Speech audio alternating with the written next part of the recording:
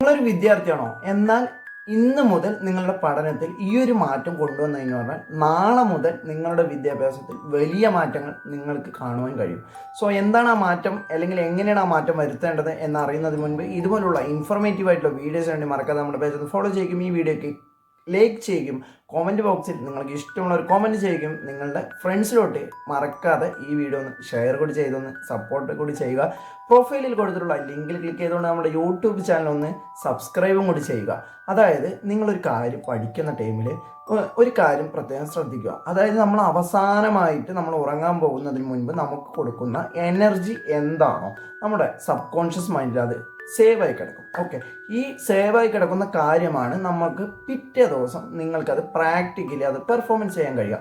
So ഇന്ന് മുതൽ നിങ്ങളൊരു കാര്യം പഠിക്കുമ്പോൾ ഈ 6 മണിക്കോ 7 മണിക്കൊക്കെ പഠിക്കുന്ന കാര്യങ്ങളോട്ട് ഒഴിവാക്കുക. അതിനുശേഷം നിങ്ങൾ ഉറങ്ങാൻ പോകുന്നതിൻ്റെ ഒരു ഹാഫ് ആൻ അവർ മുൻപായിട്ടെങ്കിലും, ഇപ്പോൾ ഒരു 10 മണിക്ക് ഉറങ്ങുന്ന വ്യക്തിയാണെന്നുണ്ടെങ്കിൽ 9 to 9:30 വരെയും, അല്ലെങ്കിൽ 9:30 to 10 o'clock വരെയും പഠിക്കാൻ ശ്രമിക്കുക. 10 മണി വരെ ഒന്നും പോകാതിരിക്കുന്നതാണ് ബെസ്റ്റ് എന്ന് പറയുന്നത്. അല്ല, ഞാനൊരു ഏകദേശം ഒരു ടൈമിംഗ് നിങ്ങൾക്ക് പറഞ്ഞു തന്നത് മാത്രം.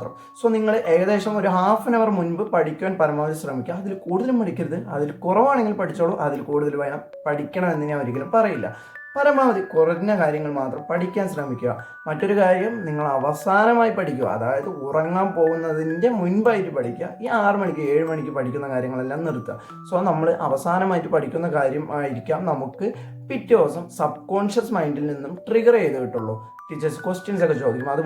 അതുകൊണ്ട് ഇന്ന് മുതൽ നിങ്ങൾ പഠിക്കുമ്പോൾ ഈ 6 മണിക്ക് 7 മണിക്കൊന്നും പഠിക്കാതെ പകരം നിങ്ങൾ ഒരു ഏകദേശം ഞാൻ പറഞ്ഞ പോലെ ലാസ്റ്റ് മൊമെൻറ്റ്സിൽ നിങ്ങൾ ഉറങ്ങാൻ പോകുന്നതിൻ്റെ തൊട്ട് മുൻപായിട്ട് പഠിക്കാൻ ശ്രമിക്കുക.